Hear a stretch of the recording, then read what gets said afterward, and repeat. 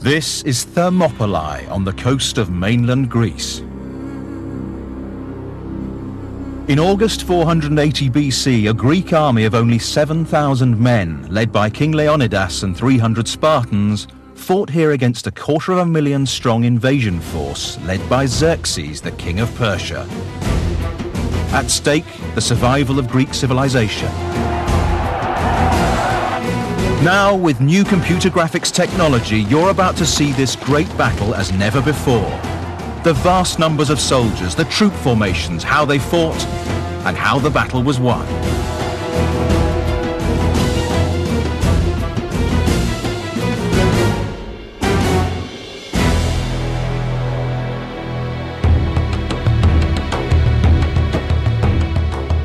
Two and a half thousand years ago, Greece was not a unified nation. It was a collection of independent city-states like Athens, Corinth, and Sparta, each with their own laws and systems of government. The Greeks lived under the shadow of the mighty Persian Empire, which stretched from present-day countries like Turkey, through northern Egypt, Israel, Iran and Iraq, to Afghanistan and northern India. 2/3 of the known world. But even this was not enough for the Persian king Xerxes. He wanted to expand into Europe. Greece was his gateway.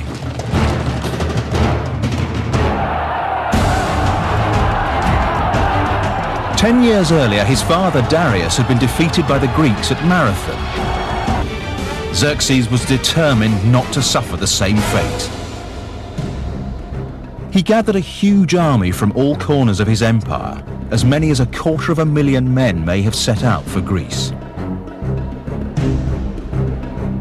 Xerxes' expeditionary force to try to conquer mainland Greece was the mother of all expeditionary forces. Nothing like this had really been attempted before in the history of ancient warfare. In 480 BC, Xerxes crossed the Hellespont and moved his army down through northern Greece, while the Persian fleet sailed along the coast. City after city fell. Xerxes was a pretty fierce sort of guy. He wouldn't stop at anything to achieve his aims. But Xerxes' goal was Athens. The Greeks had to stop him at all costs, and they had to do it here at Thermopylae.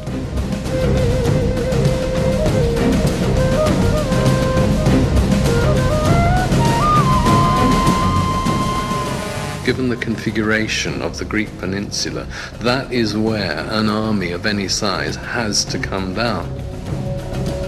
Thermopylae was the obvious place. The Greek name Thermopylae means hot gates. The place was famous for its hot springs. With high rugged mountains on one side and the waters of the Malian Gulf on the other, the narrow pass was easily defensible, but it was also the gateway to Greece. But 2,000 years of sea and wind have eroded the battle site away. This is what it looked like in 480 BC.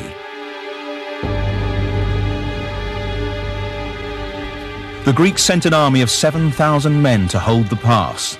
They were joined by 300 soldiers from the city of Sparta. This city-state provided a stark contrast to democratic, cosmopolitan Athens. Spartan society was at the opposite pole from Athenian society. Athenians were very open. The society was wide open to anyone who wanted to come there, and they would share everything with us, whereas the Spartans was a very closed society. Spartans were educated to be soldiers, nothing else. From the age of 7, all Spartan boys trained for war. The army was their life. Even when married, the Spartan men had to live in barracks. Sparta was a small town. It had no more than 9,000 peers, full Spartan citizens at any one time. So this army, everybody knew everybody else. If you were standing in formation, your brother might be over there, a couple of ranks behind. Your father might be over here. Your cousins would be over there. They provided the leadership, they provided the spearhead, they provided the backbone. In every respect, their presence was what made Thermopylae what it was. The 300 Spartans who marched to Thermopylae were led by Leonidas, the king of Sparta. He wasn't optimistic about his chances against Xerxes. For one thing, he had set out during the Spartan religious festival. This was thought to bring bad luck. Also, the Greeks had received bad news from the oracle here at Delphi. The priestess predicted that a Spartan king would have to die before victory was won. But Leonidas was not a man to live in fear of such an ominous prophecy.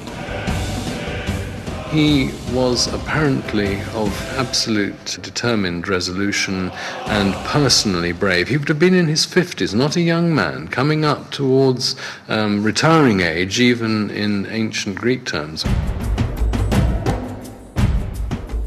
The Spartans wore a sculpted bronze breastplate and a helmet designed to terrify the enemy. Each man carried a shield shaped like a shallow wooden bowl. Painted on the face of the shield was the Greek letter lambda for Lacedaemon, the Spartan homeland. The main weapon was a thrusting spear wielded overarm. 8 foot long with an ash shaft, a leaf-shaped iron head and a bronze butt spike. In close combat they drew the short sword, the xiphos. By contrast, King Xerxes' Persian army was lightly armed. These men were trained for fast-moving warfare on open plains. Xerxes relied heavily on the Medes, who were deadly archers. But pride of place went to his household troops, the 10,000 men of the Immortals. The Immortals were the cream of the Persian army. They were recruited as an elite. The term immortal was the Greek one, which they used because they believed that every time one of the 10,000 was killed, instantly in reserve there was another guy waiting just to step into his place.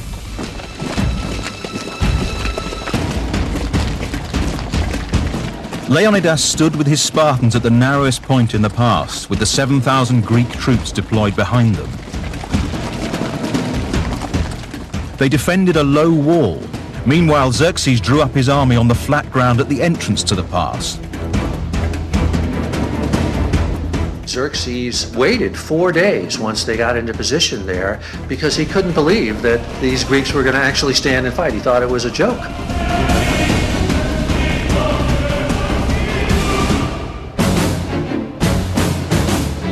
Lone scout rider got sent by the Persians up to where the Spartans were waiting before the battle. And some of the Spartans were out there doing their gymnastics. They were oiled up and they were combing their hair. And the rider it just blew his mind. He said, what were these guys doing? How could they be so blasé? And of course what they really were doing was